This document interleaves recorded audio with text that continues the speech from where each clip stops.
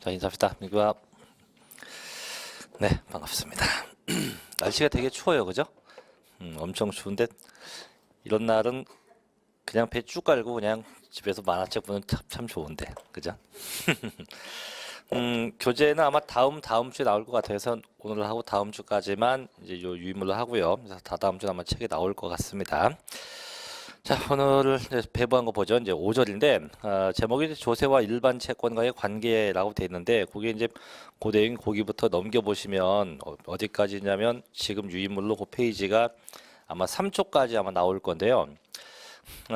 이게 이제 어떤 거냐면, 나중에 이제 혹시 어찌저찌 해갖고, 재산이 압류가 돼서 이제 그 재산이 처분되면, 이제 누구에게 그 돈이 우선권이 있느냐, 이제 이걸 묻는 건데, 내용은 똑같아요. 그래서 이제 다시 원위치 가면 1쪽에 메뉴에 가면 첫째 제목이 국세와 다른 채권과의 관계라고 되어 있는 게 있고요. 또 한 장 넘겨보시면 뒤에 2쪽에 가면 중간 밑에 2번에 지방세와 다른 채권과의 관계라고 되어 있는데 한번 볼게요. 일단 제가 먼저 이야기를 하겠습니다. 이러는 거예요. 뭐 어떤 거냐면 자 갑시가 자 이게 자기의 건물입니다. 자기의 건물이고 이 건물을 현재 갑시는 보유하고 있어요. 건물을 보유하고 있고 이 건물 마지막 층에서 갑은 현재 사업을 하고 있어요. 사업. 그럼 사업한다면 갑은 매년 이제 내야죠. 뭘 내야 됩니까? 소득세 같은 걸 내야겠죠. 그 다음에 갑은 건물을 보유하고 있기 때문에 자, 건물을 보유하니까 갑은 또 매년 재산세 같은 것도 내야 되겠죠. 그죠? 내야 되고 또 이 갑이 이제 사업하다 보니까 종업원도 있겠죠, 그죠? 사업하다 보니까 종업원도 있을 거고 그 종업원에게 월급, 급여 같은 것도 아마 지급을 해야 할 겁니다. 줘야 할 거고 또 얘가 또 사업하다 보니까 이 건물의 일부가 은행에 저당 잡혀 있어요. 그래서 은행에 저당 잡혀서 현재 저 건물의 저당권이 설정이 되어 있고 또 이 건물의 일부는 세입자에게 세를 줬어요. 그래서 임대해서 현재 받아놓은 보증금 같은 것도 있어요. 자, 이런 형태로 발생이 쭉 되겠죠, 그죠? 될 건데, 자, 그래서 얘가 이제 사업을 잘 되면은 이제 문제 없죠. 뭐 세금도 잘 내면 되고 월급 잘 줄 건데 어쩌다가 이 갑이 사업에 중대한 위기가 생겼어요. 중대한 위기. 그래서 이제 사업이 지금 망할까 말까 이런 상태인데 일단 아마 사업 해보시면 아시겠지만 사업의 위기가 딱 닥치면 가장 먼저 안 하는 게 뭐냐면 종업원의 급여부터 체불을 합니다. 안 줘요. 안 주는 게 못 주죠. 그 다음에 은행 이자 같은 것들이 못 내. 당연히 세금도 못 내요. 계속 못 내요. 자, 그럼 이 사실은 세입자는 나간다고 하겠죠. 나갈 테니까 보증금 빼주라. 보증금도 못 빼준대요. 그럼 이런 상태가 되면 이제 갑의 재산은 누군가가 뭐 세금이 됐건 누가 됐건 간에 저 건물을 분명히 압류할 겁니다. 그죠? 압류해서 저 건물을 공매나 경매 처분할 거예요. 공매나 경매 처분 될 거예요. 되게 되면 돈이 생겼어요. 이제 처분하면 돈이 이만큼 생겼어요. 그럼 이 돈을 이 수많은 분들 중에서 대체 누가 먼저 챙겨갈 거냐? 요게 문제예요. 요게. 그럼 결론부터 가죠. 그럼 이 돈은 누가 챙겨가냐? 조세가 먼저 가죠. 세금이 먼저 나머지 일반 이런 채권자들보다 우선해서 가져갑니다. 그래서 채권보다 우선해서 가져가요. 요게 대원칙이에요. 그래서 이 조세가 국세가 됐건 지방세가 됐건 먼저 가져갑니다. 자, 이제 먼저 가져가면 문제가 생겼어요. 어떤 문제가 있냐면 그럼 이 수많은 채권자들은 다 죽으라는 얘기예요. 그죠?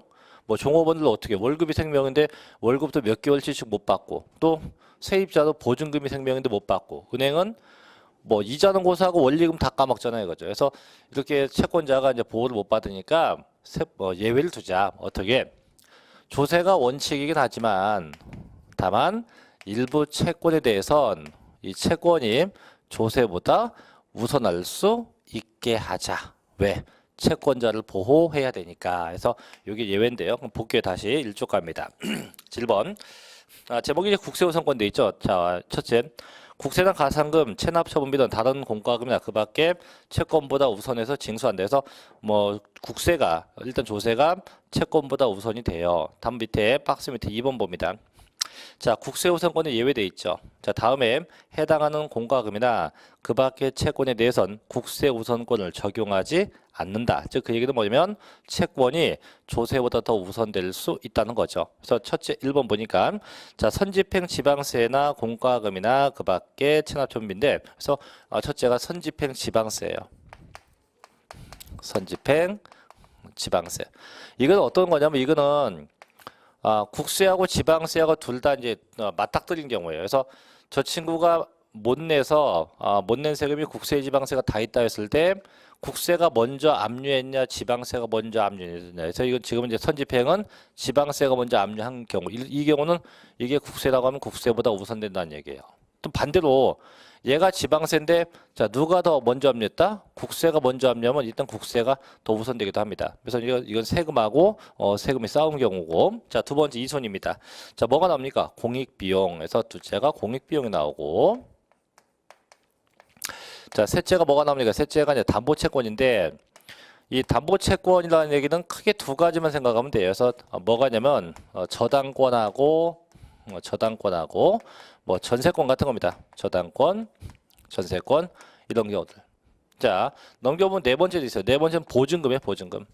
임대보증금 같은 거, 보증금. 다섯 번째는 뭐가 나옵니까? 임금이나 퇴직금 같은 거에서 이 다섯 가지는 뭐보다 조세보다 우선할 수 있게 하자 이겁니다. 그래서 국세가 됐건 지방세가 됐건 항상 원칙은 조세가 우선인데 예외는 이 다섯 가지가 더 우선되게 된다 돼 있고 자 넘겨봐요. 똑같아요. 이제 지방세도 볼게요. 이제 지방세 그 이쪽에 가면 중간에 자 지방세 나오죠. 그래서 1번. 자, 지방세 우선권에서 보니까 자, 지방세 단체의 징수금은 다른 공과금과 그 밖에 채권에 우선해서 징수한다. 보죠? 다만 2번. 지방세 우선권이 예외. 그래서 다음 중 어느 하나에 해당이 되면 하는 공과금과 그 밖의 채권에 대해선 지방세 우선권 적용하지 않는다. 그래서 지방세가 우선하지 못한다. 그래서 첫째 나오는 게 뭡니까? 선집행 국세 아까 얘기했죠. 그래서 이게 국세하고 지방세가 두 개가 붙었을 때는 누가 우선이 되냐 이거고 자 우측 페이지 두 번째 자 3쪽입니다. 자 공익비용 나오죠. 3번 뭐가 나옵니까? 담보 채권 4번 뭐가 나옵니까? 주택이나 상가의 우선 변직 5번 뭐가 나옵니까? 임금이나 퇴직금. 그럼 결국 같죠. 해서 그럼 결국 국세가 됐건 지방세가 됐건 다시 한번 그 원칙 그러면 결론만 놓고 따지면 조세가 채권보다 우선돼요. 다만 이렇게 일부 채권에 대해서만큼은 뭐보다 조세보다는 우선권이 있다 이렇게 볼 수가 있겠죠. 그래서 이게 전부 다인데 다만 여기서 한 가지 주의할 게 있어요. 뭐냐면 바로 담보채권이에요. 담보채권.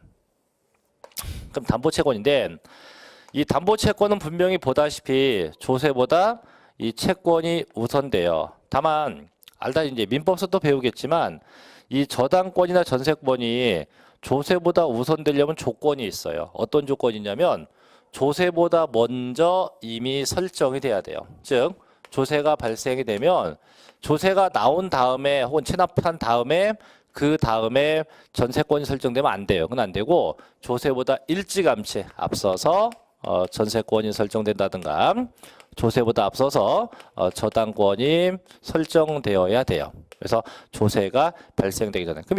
그럼 조세가 발생한 시점인데 이거 뭐라 하냐? 발생한 걸 보고 저는 법정기일이라 부르고 그래서 조세가 발생되기 전에 설정된 전세권, 저당권이라고 하면 무조건 뭐보다 이 조세보다는 훨씬 우선이 돼요. 이게 원칙인데 요거 보다시피 요게 원칙인데 하지만 제가 좋은 말로 참 운이 없는 게 있어요. 혹은 뭐 속된 말로 하면 재수가 없는 게 있는데 어떤 경우냐면 자 분명히 조세보다 전세권 저당권이 분명히 앞서서 설정돼 있어요. 있는데도 불구하고 이 조세가 더 우선되는 아주 회계망측한 경우가 있어요. 분명히 그럼 저희가 이제 보통 전세권 같은 거 왜 설정해요? 전세금 떼일까 봐 설정하는 건데 그럼에도 불구하고 여차하면 조세가 먼저 다 가져가는 경우도 있다는 거죠. 그게 언제냐? 요거는요. 저희 민법상 당해세라고 해갖고 이 세금하고 붙으면 무조건 집니다. 저요. 그게 뭐가 있는데 첫째 재산세, 그 다음에 지역자원 시설세,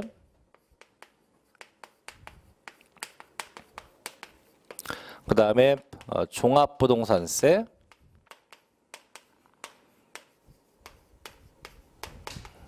그다음 저희가 안 배우지만 상속세 증여세. 그래서 요 세금들은요 민법상 당해세라고 해서 무조건 이 세금이 항상 뭐보다 담보 채권보다 우선돼요. 그럼 극단적인 경우 이런 경우가 있죠. 저희가 이제 어떤 집에 자 제가 합시다. 내가 어떤 남의 집 아파트에 요번에 전세를 살아요. 전세 살면서 떼일까봐 자 뭘 설정해요? 전세권을 설정했어요. 그죠? 설정했는데 나중에 그 집주인이 그 집 내가 사는 그 집에 대해서 재산세를 계속 체납을 하고 있었다. 그래서 안 내서 그 재산이 압류가 됐대요. 압류가 돼도 내가 1순위자가 안 되고 몇 순위자? 2순위를 빌려요. 왜? 요 세금들을 먼저 빼나가고 나서 나머지가 나의 반환금이 될 수밖에 없어요. 그래서 요건 나중에라도 혹시 이제 중개업자가 되건 안 되건 간에 해서 이 항상 이런 세금이 있는가 없는가 봐야 돼요.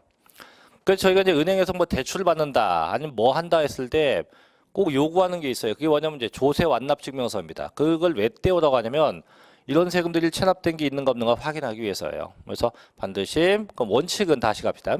조세가 채권보다 우선돼요. 다만 이 5가지 채권에 대해서만큼 뭐보단 조세보다 우선돼요. 하지만 5가지 채권이어도 그게 뭐에 한해서만큼은 저당권하고 전세권 쉽게 이제 담보채권에 대해서만큼은 이 담보채권에 대해서만큼은 분명히 조세보다 우선되지만 특정 조세하고 붙으면 우선할 수 있다 없다? 없다. 그래서 그런 결론이 나옵니다. 그래서 3쪽의 맨 밑에 예제 보세요. 예제 보면 자 그런 문제인데 자 법정기일 전에 전세권 설정이 등기된 재산의 매각에 있어서 그 전세권에 의해서 담보된 채권은 국세 또는 지방세보다 우선한다. 그죠? 그래서 전세권이 분명히 세금보다 우선되는 게 원칙이에요. 하지만 그 재산에 대해서 부과되는 국세와 지방세 이게 이제 당해세인데 요 세금보단 우선하지 못한다. 그에 해당되는 세목은 즉 당해세에 속하는 세목 찾아봐라 이거죠. 그래서 1번이 양도세, 2번이 종합소득세,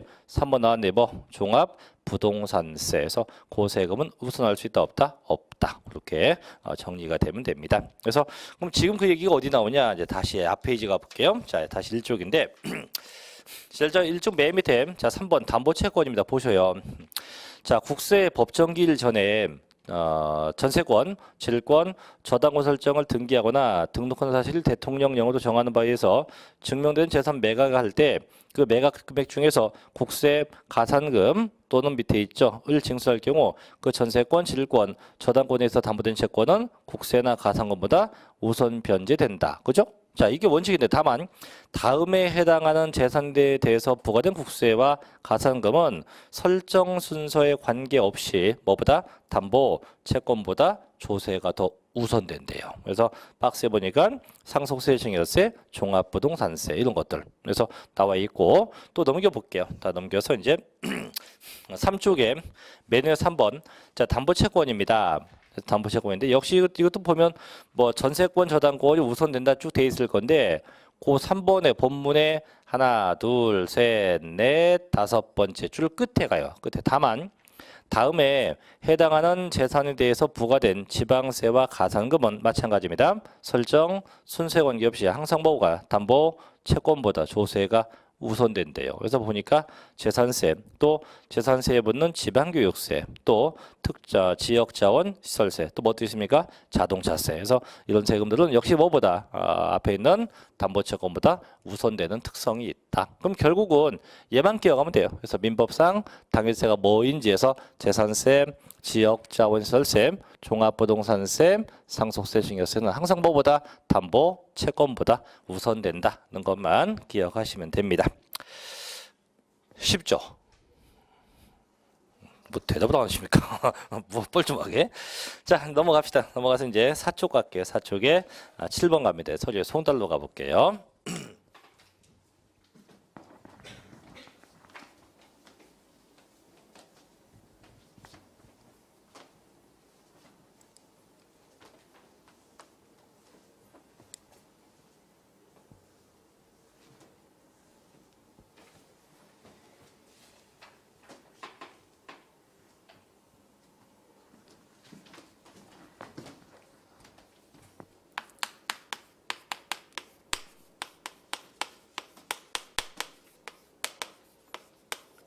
자, 갑니다. 이제 얘는 뭐 어떤 얘기냐면 얘도 쉬워. 얘도 이제 저희 시험에 한 번 언급됐었는데 이런 거예요. 이거는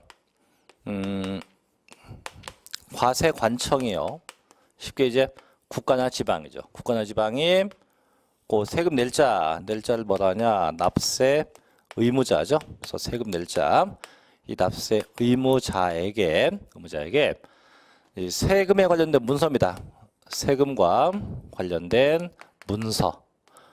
요거를 과세관청이 세금 낼 자에게 보내주는 거예요. 그래서 세금 관련 문서를 보내주는 걸 보고 저희가 서류에 송달이라고 합니다. 그래서 정부가 세금 낼 자에게 보내주는 것이에요.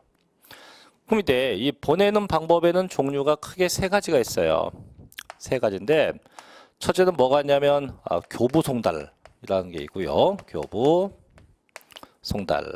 둘째 뭐가 있냐면 우편 송달이 있고 세 번째는 이제 인터넷이에요. 전자 송달 세 가지. 이렇게 세 가지 방법이 있는데 우편 송달은 뭔지 다 알 거예요. 저희가 보통 이제 세금 관련 문서는 대부분 다 우편으로 받죠. 그죠? 그다음에 요즘에 시대가 좋아져 갖고 이제 이메일로 받는 경우는 간혹 있어요. 그래서 이 두 개는 됐고 자, 그럼 얘가 뭐냐? 자, 교부 송달은요. 이거는 해당 담당 공무원이 직접 오는 거, 직접 와서 주고 가는 겁니다. 그래서 이제 집에 있으면 공무원이 저를 찾아와요. 와서 이제 당신 요번에 세금 안 낸 거 압류 예고장입니다. 라고 해서 주고 가요. 직접 주는 게 이게 뭐 교부 송달입니다. 근데 여기서 주의할 게 두 가지가 있어요. 이제 교부에서 주의할 게 뭐냐면 첫째는 어디서 받냐? 이 받는 장소가 있는데요. 장소는 내가 살고 있는 주소. 그래서 집에서 받든가 아니면 내가 정한 장소. 그럼 일단 공무원이 어디 찾아와요? 저희 집에 찾아올 거 아니에요? 그죠? 집에 찾아올 거예요. 왔는데 근데 때마침 저희 집에 손님들이 와 있어서 손님들이 몇 명이 쭉 와 있었어요. 제 친척들이 쭉 와서 집에 있는 상태예요. 근데 이 상태에서 와서 이제 공무원이 와갖고 당신 압류장 받으시오 하면 저는 속된 말로 망신 당할 거 아니에요. 그죠? 아주 개망신 당하니까 조용한 말로 저 지금 바쁘니까 요 길 건너가면 꽃다방 있으니까 꽃다방 가서 기다리쇼. 거기서 받을 테니까. 그래서 공무원을 글리 보내고 제가 친척들 모르게 이제 약속한 장소에 가서 받을 수 있어요. 즉 원래는 정해진 장소가 원칙인데 다만 납세자가 요구하면 어디 정해진 장소가 아니고 어디에서 받을 수 있다. 다른 장소에서 교부 받을 수 있습니다. 이게 첫째고요. 자, 둘째는 뭐냐면 이제 둘째는 이런 경우예요. 자, 집에 있는데 공무원이 왔어요. 와서 압류 통지서 갖고 왔습니다. 받으시오 했어요. 근데 순간 생각해 보니까 이게 뭔 통지서라고 지금 이게 압류. 이거 받으면 내 재산 압류하는 거 인정하는 것 같아요. 그래서 안 받는다고 했어요. 안 받는다고. 그랬더니 공무원이 계속 받으래요. 그래서 제가 키우는 집에 있는 개 브라우니를 갖다 앞에 세워놓고 물어 했어요. 공무원을. 그래서 공무원이 개를 보고 도망갔어요. 이제 가다 또 왔어요. 와서 받아. 그래서 제가 이제 계속 개를 붙잡고 있었죠. 물어. 그래서 저는 계속 받기를 거부하고 공무원은 계속 주려고 합니다. 그래서 제가 받기를 계속 거부하면 어떻게 될까요? 계속 거부하면. 응? 여러분이 공무원이면 제가 계속 거부해요. 그럼 어떻게 할 거예요? 1번 그냥 간다. 2번 받을 때까지 계속 온다. 3번 그냥 두고 간다. 두고 가서 걔가 다 무덕 뜯으면 어떻게 해요 그럼? 계속해서 와요? 자 정답은요 두고 간다. 그냥 뜯건 말던 그건 디사정이고 두고 갑니다. 그래서 이렇게 두고 가는 걸 뭐라 하냐? 저희 법상 이렇게 불러요. 유치 송달이라고 합니다. 그래서 두고 가는 걸 보고 유치 송달이라고 부르고 그래서 이렇게 두고 갈 수 있다. 그래서 이렇게 이제 보내는 방법이에요. 그래서 교부, 우편, 전자 세 가지가 있고 자 그게 안 되면 나중에 뭐다 두고 갈 수도 있다 이렇게 하고요. 자 근데 문제가 있어 또 교부 송달 분명히 공무원이 간다고 했죠, 그죠? 갔는데 아예 나를 못 만나요. 만나지 못해서 2번이건 3번이건 계속 왔는데 못 만납니다. 또 우편 보냈는데도 불구하고 우편이 수친불명으로 계속 반송되는 거예요. 또 세 번째, 인터넷으로 보냈더니 이메일 주소 확인 불명이에요. 그러면 이 유치송달도 얘를 만나야지 뭐 놓고 갔는지 말든지 할 거 아니에요. 그래서 계속 못 만나니까. 그래서 이 송달 자체가 얘가 아예 불가능할 때가 나옵니다. 그래서 이것이 아예 불가능하다. 도저히 뭐 보낼 방법이 없다. 라고 하면 이땐 최후의 방법이에요. 그게 뭐냐면 이걸 합니다. 이걸. 공시 송달을 하게 돼요. 자, 공시 송달인데 그럼 대체 공시가 뭐냐? 이 공시가 공인중개사 시험 그 약자가 아니고요. 이 공시는 아마 제가 이제 공시법령 시간에 배웠죠. 공시법령 시간에 공시의 뜻이 뭐 특정 사실을 외부에 알린다 이건데 마찬가지예요. 이 공시한다는 것도 알린다예요. 알린다. 그래서 관보나 혹은 게시판에다가 아무개 보시오라고 해서 큼지막하게 해서 공시를 하게 됩니다. 그래서 이게 최후의 방법이다. 이렇게 보는데 그래서 딴 건 됐고요. 얘도 하나만 볼게요. 어디 보냐면 넘겨보시면요. 6쪽이에요. 6쪽에 상단 2번 공시 송달입니다. 6쪽에 상단에 2번 공시 송달 보셔요. 1번. 자, 공시 송달이란 특별한 사유로 인해서 우편이나 교부 송달이 불가능한 경우에 서류 요지를 공고함으로써 송달 효력이 발생하는 겁니다. 그래서 공고일로부터 며칠을 지나면 14일 지나면 송달된 것으로 보게 됩니다. 두 번째, 사유가 있죠. 그럼 언제 어느 시점이 되면 이렇게 관보나 게시판에 게시하냐 이건데 첫째 기억번. 자, 주소나 영업소가 국외에 있고 송달이 곤란하다. 즉 납세자가 주소가 확인이 안 되는 거죠. 쉽게. 두 번째, 주소 영업소가 분명하지 않대요. 뭐 1번하고 기업번하고 대동소이하죠. 세 번째, 우편으로 발송했는데요. 받을 자가 없는 것으로 확인돼서 반송됐대요.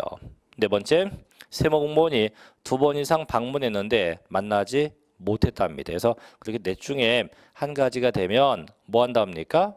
공시 송달을 통해서 공시할 수밖에 없다. 이렇게 알아두시면 됩니다.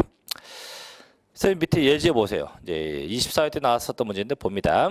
자, 지방세 기본법상 공시 송달할 수 있는 경우가 아닌 겁니다. 아닌 거. 첫째, 송달받을 자의 주소 영업소가 국외에 있대. 가능하죠. 두 번째, 송달받을 자의 주소 영업소가 분명하지 않대. 가능하죠. 세 번째, 우편 보냈는데 받을 자가 없는 것으로 확인돼서 자, 반송된대요. 가능하죠. 네 번째 봅니다. 자, 송달 장소에서 송달받을 자에게 받을 자가 정당한 사유 없이 수령을 거부합니다. 막이죠. 거부하면 뭐 하면 된다 했어요? 놓고 간다 해서 뭐예요? 유치 송달하면 돼요. 그래서 정답은 4번이 되겠죠. 5번. 공무원이 2번 이상 방문했는데 끝내 만나지 못했다. 그래서 이런 경우가 다 공시송달 사유. 그래서 여기까지 알아두시면 됩니다. 그래서 여기까지가 이제 송달 방법까지 정리해 봤고요. 자, 이제 넘어가서 그 다음 페이지 가면 돼. 조세 분류로 갑니다. 이제 조세 분류인데, 이것도 이제 조세 총론의 일부예요. 그래서 일부인데, 그럼 얘는 또 뭐 하는 거냐? 이거는요, 이 조세 분류는 이제 세금을 크게 구분한 거예요. 크게 구분.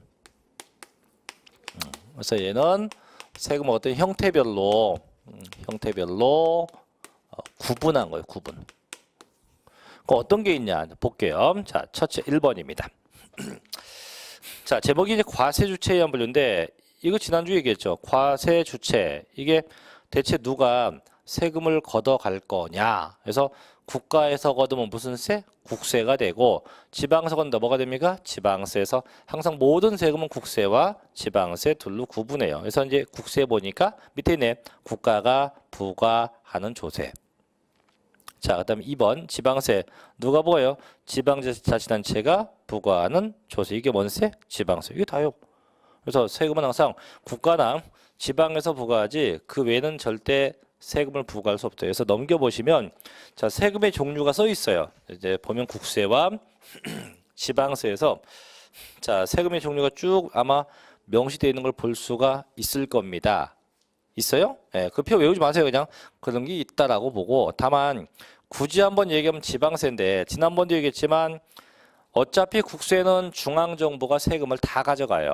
하지만 지방세는 각각의 지방마다 나누어서 가져가는데 그래서 지난주도 언뜻 얘기했지만 이게 도에서 걷는 지방세가 있고 또는 어디 시군구에서 걷는 지방세 이렇게 구분이 돼요. 그럼 예를 들면 그 표에서 취득세만 찾아봐요. 취득세만 찾아보면 그게 도세에도 지금 있고요. 그죠? 도세 보통세 옆에 가면 있고 또 밑에 특별시 광역시세 옆에 보면 보통세 옆에 보면 취득세 있어요. 그죠? 그럼 얘가 뭐냐면 결국 취득세는 지자체 중에서 누가 걷어간다? 특별시, 광역시, 도에서 걷는 지방세이다. 이런 얘기예요. 누가 걷어요? 특별시, 광역시도. 그럼 내가 취득한 뭐 아파트가 경기도 파주시에 있다. 그럼 누가 걷어갑니까? 파주시가 아니고 어디? 경기도청에서 걷어간다 이거죠.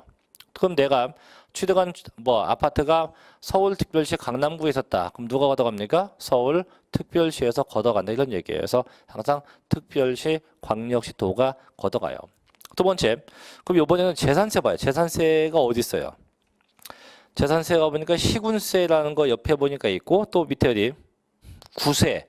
얘 보면 등록명세 옆에 있죠. 그럼 얘는 뭐예요? 재산세는 누가 걷어간다?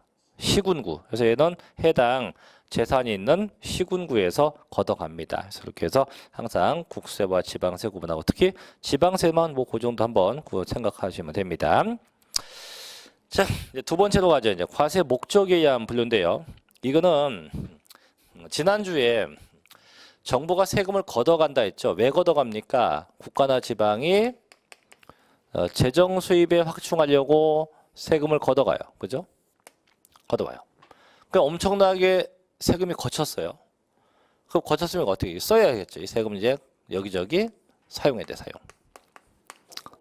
사용할 때 어떻게 쓸 거냐 해서 이 세금을 그냥 정부의 일반 경비, 정부의 운영에 따른 일반 경비에 쓸 건지 아니면 특정한 목적에 쓸 건지 이렇게 둘로 구분해요. 그래서 이게 일반 경비에 사용된다면 얘를 보고 저희는 보통세라고 합니다. 보통세라고 칭하고 아니다. 특정 목적에 쓰자 해서 얘를 보고 저희는 목적세라고 불러요. 목적세. 그래서 일반 경비에 쓰면 뭐가 되고 보통세. 특정한 목적에서 뭐가 됩니까? 목적세. 근데 대부분의 세금은 거의 다 보통세예요. 특정한 목적이 없이 일반 경비에 사용이 돼요. 다만 일부 세금은 반드시 특정한 목적에만 사용해야 합니다. 그래서 이제 보면 보통세 볼게요. 조세 수입의 용도를 특정하지 아니한 조세로서 일반적 재정 수입을 위해서 과세되는 조세입니다. 그래서 목적세 이외 세금은 전부 다 뭐다? 보통세이다라고 되어 있네요. 그래서 법인세, 소득세, 뭐 종합부동산세 등등등등 되어 있고요. 목적세 봅니다. 조세 수입의 용도를 특정한 조세이죠. 그래서 특정 목적에 사용되는 세금. 그래서 두 개가 있어요. 국세 목적세가 있고 보다시피 지방세 목적세가 있네요. 그래서 국세는 보니까 세 가지입니다. 교육세, 그 다음에 교통에너지환경세, 그 다음에 농어촌 특별세 이렇게 세 가지가 있고 지방세는 두 개가 있네요. 그죠? 지방교육세, 지역자원, 시설적 이렇게 두 가지의 목적세에서 합이 목적세는 5개예요. 그래서 국세 몇 개? 3개. 지방세 몇 개? 2개인데 이걸 이제 좀 유치하지만 앞 글자만 따서 이게 교농, 찌찌입니다. 그래서 교육세, 교통에너지환경세, 농어촌 특별세 이 3개. 그 다음에 지방교육세, 지역자원, 시설세에서 교농, 찌찌라고 이야기할 수 있대요. 뭐 그렇게 보시면 되고. 세 번째 갑니다. 3번. 조세부담 이제 전가에 의한 분류인데 그럼 얘는 또 뭐냐 보니까 두 개가 있네요. 그죠? 직접세가 있고 간접세가 있는데 이렇게 볼게요. 얘도 혐하고는 큰 관계 없어요. 그냥 편하게 보세요. 첫째는 이제 직접세인데 얘는 세금 낼 자 납세자하고 담세자하고 똑같은 게 요게 직접세고요. 간접세는요. 얘는 납세자하고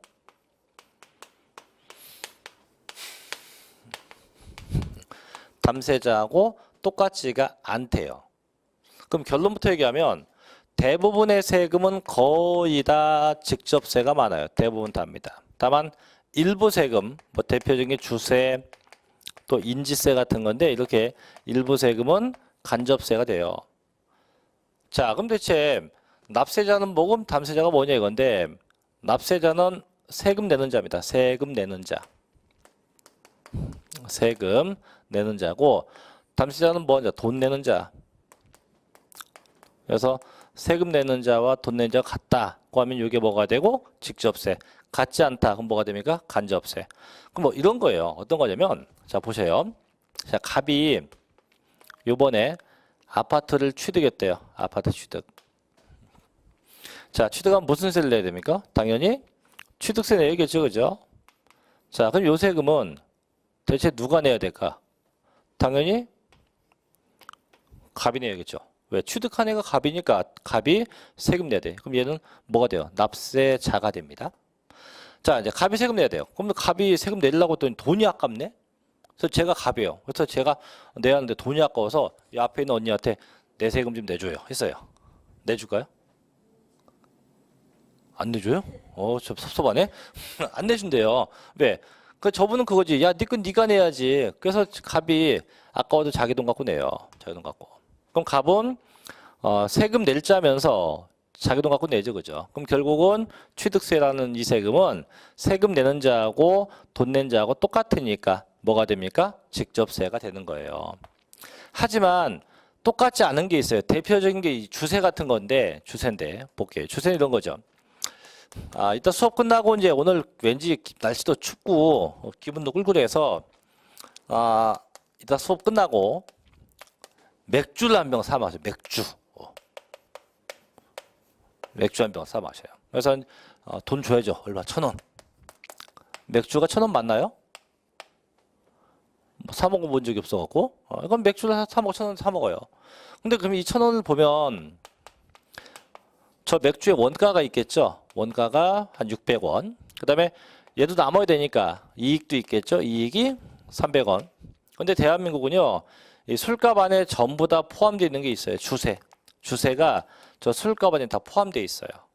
그럼 소비자는 맥주 한 병을 사 마시고 이 1,000원을 낼 때마다 주세 100원을 이미 부담한 거예요. 이미 100원을 돈 낸 거나 마찬가지예요. 돈 낸 거예요. 낸 거. 부담했어요. 그럼 나중에 판매점은 자기네 원가 600원을 제외하고 이익 300원 제외하고 나중에 은행에 가서 판매자가 100원만큼 뭐합니까? 납부하게 돼요. 납부합니다.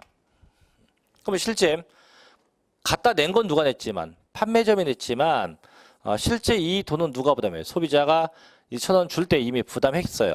그럼 결국 내는 자하고 부담한 자하고 같지 않다. 같지가 않다. 이런 패턴이 이게 간접세라고 보시면 돼요. 그래서 직접세와 간접세 뭐 이렇게 해도 간단하게 이제 정리하시면 됩니다. 자, 문제의 4번이에요. 그 다음 페이지 갑니다. 4번인데 요건 좀 체크 좀 해야 돼요. 조세의 이제 독립성의 분류인데 요거는 잘 보셔야 돼요. 아주 내용을 잘 보시고 잘 외우셔야 돼요. 또 자, 볼게요.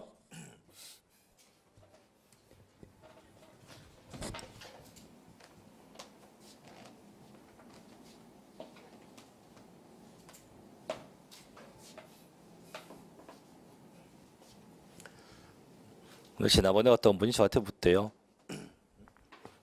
저한테 선생님 여기도 계세요? 여기도 오게 됐어요. 그랬더니 어휴 참 잘 오셨네요 하던데. 제가 원래는 여기 말고 딴 데서 또 하고 있는데 거기서도 영상을 찍어요. 찍어서 거기는 비쌉니다. 돈을 많이 내야 돼요. 어쨌든 간에 그 강남 쪽에서 하고 있는데 그 이제 영상이 이제 막 퍼지니까 이 행동을 조심해야 되겠어요. 주위에 너무 아는 분들이 많아요. 그 몰랐었는데 물론 예전에도 그랬어요. 요즘은 이제 TV 방송 강의를 거의 안 하는데 이제 지금도 이제 하는 회사가 있대요. 보니까 근데 요즘은 이제 TV를 하자 해도 안 하는데 뭐 또 안 하는 것도 있고 불러주지도 않아 하는 거 못 하는 것도 있는데 어쨌든 그때 한참 TV 나올 때만 해도요. 그때는 이제 인터넷이라는 것이 그때도 있었지만 좀 그때는 좀 인터넷이 이게 좀 규모가 작았고 뭐 거의 테이프 아니면 TV 강의. 근데 TV 몇 번 나오니까요. 이 지하철을 타면 옆에서 수근수근 거려요. 지금도 노량진 이쪽에 중개사건이 몇 개 있는데 그때는 더 많았어요. 그래서 제가 지금부터 이게 한 15년 전 얘기인데 제가 15년 전에는 요 통로에서 그래도 꽤 이름 꽤나 있었던 놈이에요. 그때 당시는. 근데 지금 이제 강남으로 넘어가서 강남에서 이제 좀 나름 유명하다고 할 수 있는데 그래서 이쪽을 떠났더니 이제 뭐 이쪽에 춘추전국 시대가 됐대요. 저도 간만에 왔어요. 이쪽을. 15년 만에 저도 이제 다시 와서 강의를 하는 건데 근데 그때만 해도 수강생이 되게 많았어요. 각 학원마다 뭐 1000명 뭐 이렇게 해갖고 강의실도 이거에 이 건물만한 거 그냥 통으로 써서 아래 위층으로 그냥 여기서 하면 2층 위에 층에서는 영상 쏴갖고 보고 했는데 참 그럴 때였어요 그때가. 그때가 이제 인터넷 강의라는 건 아예 온갖 이건 없어요. 저 카메라가 있지도 않았어요. 그것도 없었고 그냥 이제 그때 당시에 이제 방송도 되게 많았어요. 뭐 지금이야 뭐 EBS만 나오는 것 같은데 그때는 뭐 EBS도 있고 뭐 케이블 방송에서도 엄청 많은 걸 찍었어요. 그러니까 그때는 이제 인터넷이 없으니까 다 그거 볼 거 아니에요. 그죠? 집에 가서 밤 12시에 우리 선생 TV 나온대. 그러니까 그게 더 소문 나갔고요. 하여간 지하철을 타면 전부 다 한마디씩 합니다. 또 식당 가서 밥을 먹다가도 경쟁하고 딴 학원이 많았으니까 쟤야 쟤 밥 먹다가 제약했어요. 근데 요즘엔 참 시대가 좋아졌어요. 근데 그런 것도 없고 지금은 이제 집에 앉아갖고 아까도 얘기했지만 아마 이것도 마찬가지. 지금 이 강의도 아마 집에서 노트북 펴놓고 아마 이게 이제 아마 저녁 오후 되면 올라갈 건데 노트북 펴놓고 배 쭉 깔고 얘기하고 있고 나갈 거예요 지금 아마. 자 보죠. 자 조사의 독립성에 의한 분류입니다. 독립성에 의한 분류인데 이게 두 가지가 있어요. 첫째는 뭐가 있냐면 독립세. 이게 같은 말로 본세고요. 본세고 그다음에 부가세. 그래서 독립세와 부가세인데 일단 이 독립세가 뭐냐? 이 본세인데 항상 저희는 5가지만 생각하면 돼요. 첫째는 취득했다. 뭐가 나옵니까? 취득세. 또 등록했다. 뭐가 나옵니까? 등록 면허세. 또 재산을 갖고 있다. 무슨 세? 재산세. 그다음에 종합부동산세.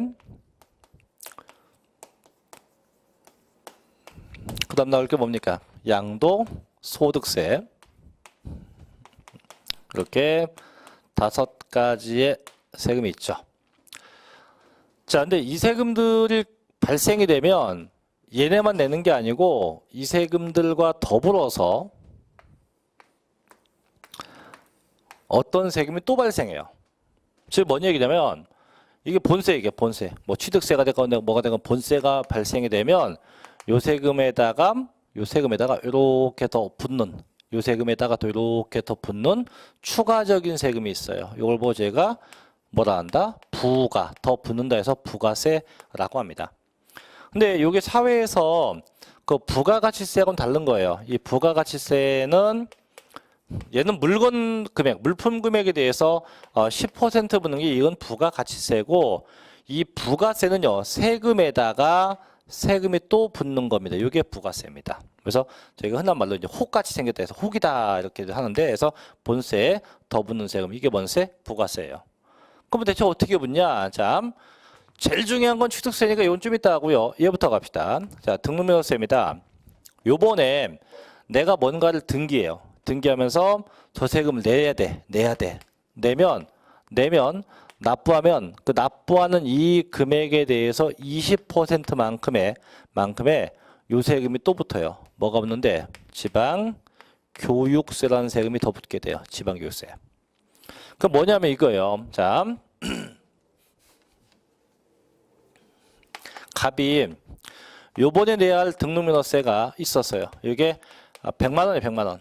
그럼 이거 내야 돼요. 내면 얘만 내고 끝이 아니고 이 금액을 내면 이 금액의 20% 얼마입니까? 20만 원에 해당하는 뭐도 또 내야 돼? 지방 교육세를 같이 내야 돼요. 그럼 결국은 등록면허세 얼마? 100만 원, 지방 교육세 얼마? 20만 원, 합이 얼마? 120만 원을 내야 한다. 이런 얘기죠. 무조건이 무조건. 근데 요번에는 요 세금을 자, 낸 게 아니고 감면받았다. 감면이 뭐냐면 정부가 세금 내지 말라고 하는 거예요. 너 내지 마, 깎아줄게. 그래서 안 냈어. 안 내면 본세는 없어져요. 안 내도 돼요. 하지만 부가세 내야 돼요. 얼마나? 감면받은 금액의 20%에 해당하는 농어촌 특별세 내야 돼요. 감면받은 금액의 20%인 뭐 내야 한다? 농어촌 특별세. 그럼 이거죠. 아까는 낼 게 100만 원. 이제 이번에는 자 계산되는데 국가가 야 너 내지 마. 이거 내지 말래요. 이게 감면이며.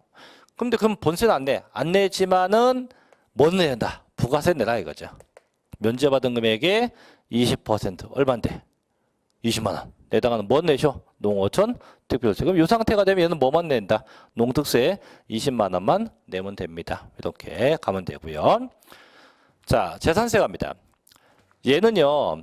얘는 납부하는 금액에 대해서만 부가세가 있지 감면받는 금액은 부가세가 없어요. 그래서 납부 금액이 있으면 그 금액에 대해서 똑같아. 20%에 뭘 내냐? 지방 교육세를 내면 됩니다. 자, 종합부동산세도 마찬가지. 얘도 납부하는 금액에 대해서만 부가세가 붙어요. 납부하는 금액에 대해서만 붙는다. 얼마나? 20%에 뭐가 붙냐면 농어촌 특별세가 붙게 됩니다. 이렇게. 자, 양도세인데 얘는 조심해야 돼요. 얘는 납부할 금액에 대해서는 부가세가 없고 얘는 감면되었을 때 정부가 세금 내지 말라고 했을 때 감면되었을 때만 부가세가 붙어요. 그럼 역시 뭐가 붙냐? 얘도 20%에 농어촌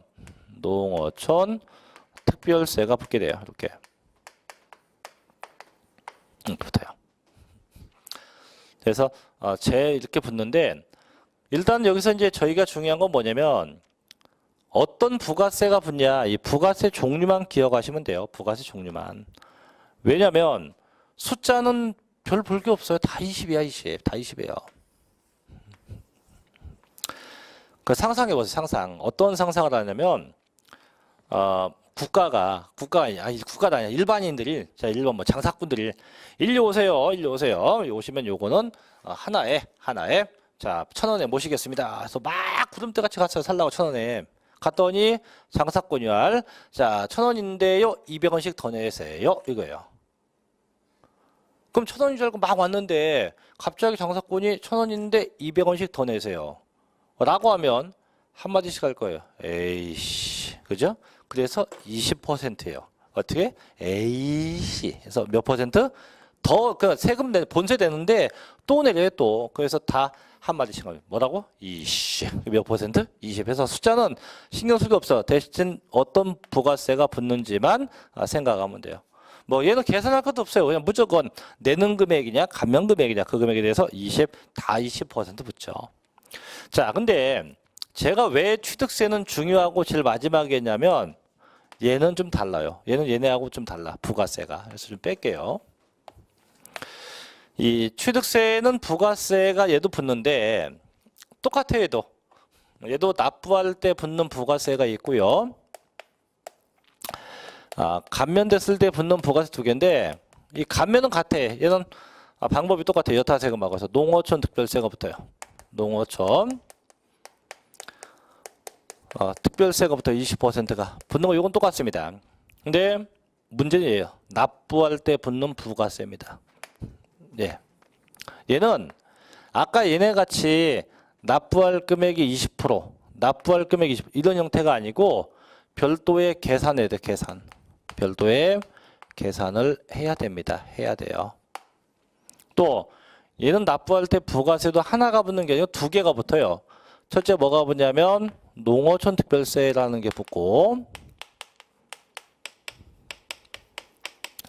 또 하나 뭐가 붙냐면 지방교육세라고 해서 이 두 가지의 부가세가 붙어요. 그래서 농어촌 특별세하고 뭐가 붙는다? 지방교육세 이 두 개가 붙어요. 두 개가. 그럼 분명히 있어요. 별도의 계산이 필요하다. 지금 어떻게 하냐? 얘는요. 계산 방법이 취득가격이에요. 곱하기 무조건 2%예요. 무조건.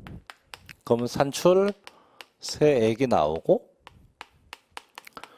요 금액에 10% 이렇게 붙는 거예요. 저금액 10%. 이렇게 붙고. 자, 지방기세 어떻게 해요? 얘는 두 개인데 일단 하나만 할게요. 하나만. 그래서 얘도 마찬가지. 취득가격 곱하기 뭔지 몰라도 표준 세율 빼기 2%입니다. 표준세율 빼기 2%는 뭐가 나오고 산출 세액이 나오고 요 금액이 몇 퍼센트? 20% 이렇게 붙어요. 요게 계산 공식이에요. 아직 좀 생소하겠지만 일단 적어 놓으세요. 나중에 취득세가 또 나오니까 일단 적어 놓으시고. 자, 그럼 어떻게 하는 거냐? 뭐 예를 들게요. 예를. 이런 겁니다. 자, 갑시가 요번에 이따만한 건물을 샀어요. 매매로 샀다. 매매로. 얼마에? 1억 주고 샀어요. 그럼 이때 얘가 내야 될 취득세하고 부가세 구해봐라 이거예요. 참고로 나중에 보겠지만 취득세에서 건물이 매매되면 취득세입니다. 취득세의 표준세율. 이게 뭐냐면 법에서 정한 기본이에요. 기본이 4%. 이게 4%. 이게 취득세입니다. 취득세는 4%예요. 그럼 요거에 맞춰서 계산하면 돼요. 첫째 취득세부터 갑시다. 지난번에 얘기했죠. 세금 계산 방법은 뭐 곱하기 뭐 과세 표준 곱하기 세율. 그럼 취득세는 이 취득가액 요 금액이 과세 표준 금액이 돼요. 그래서 얼마 곱하기 1억 곱하기 세율 몇 퍼센트? 4%. 취득세 얼마? 400만 원. 이게 400만 원이에요. 이게 취득세. 자, 내야 됩니다. 그럼 내야 되니까 뭐 내야 돼? 농어촌 특별세 내야 돼. 농어촌 특별세. 계산하면 돼요. 얼마 곱하기 취득가격 1억 곱하기 무조건 몇 퍼센트? 무조건 2%. 얼마입니까? 200만 원. 이고 그 계산된 금액이 몇 퍼센트 붙여요? 10%. 얼마인데? 20만 원. 요게 농어촌 특별세. 세 번째 이제 지방교육세 갑니다. 얘는 어떻게 해요? 똑같아요. 취득가액입니다. 1억이네요. 곱하기 뭐 빼기 뭐 표준세율 빼기 2%.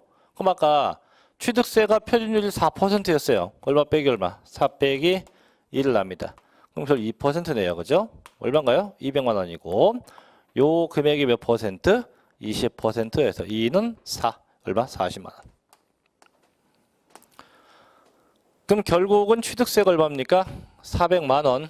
농특세 얼마입니까? 20만 원. 지방교육세 40만 원에서 합이 460만 원의 세금을 내야 한다 이거죠.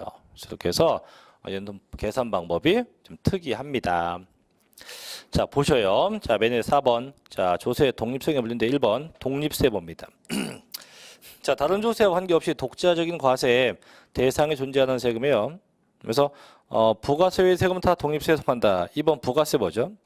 자, 별도의 과세 대상에 존재하지 않고 다른 조세 쉽게 독립세를 부과할 때 부가적 더 추가적으로 붙는 세금 이게 뭡니까? 부가세죠. 그래서 종류가 나오네요. 그죠? 뭔세 농어촌 특별세하고 지방교육세 두 개가 보인다 이거죠. 그렇게 해서 각각의 부가세가 있다. 그래서 밑에 표는 지금 제가 얘기한 걸 다시 도표화 시켜 놓은 겁니다. 뭐 참고로 다시 보시면 되겠죠. 그래서 항상 본세가 있으면 부가세에 대해서 지금은 이걸 다 외우려면 너무 뻐거우니까 아까도 얘기했지만 어떤 본세에 어떤 부가세가 붙느냐 그 정도만 일단 알고 계시면 되겠네요. 자, 그 정도까지 하고 이제 넘기면 5번, 6번인데 좀 쉬었다가 5번, 6번부터 이어서 하겠습니다. 잠시 좀 쉬었다 할게요.